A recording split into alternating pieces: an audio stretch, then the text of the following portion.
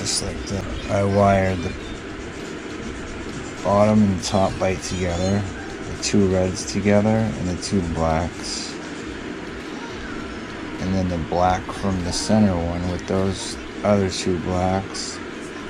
And then I kept the middle red cable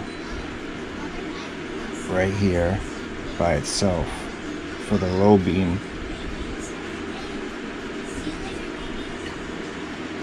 We'll see if that works.